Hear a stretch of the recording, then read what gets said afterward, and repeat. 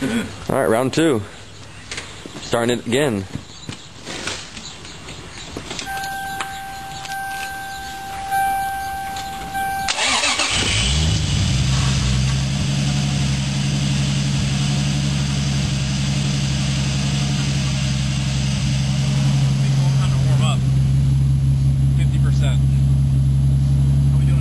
No check engine lights, that's good.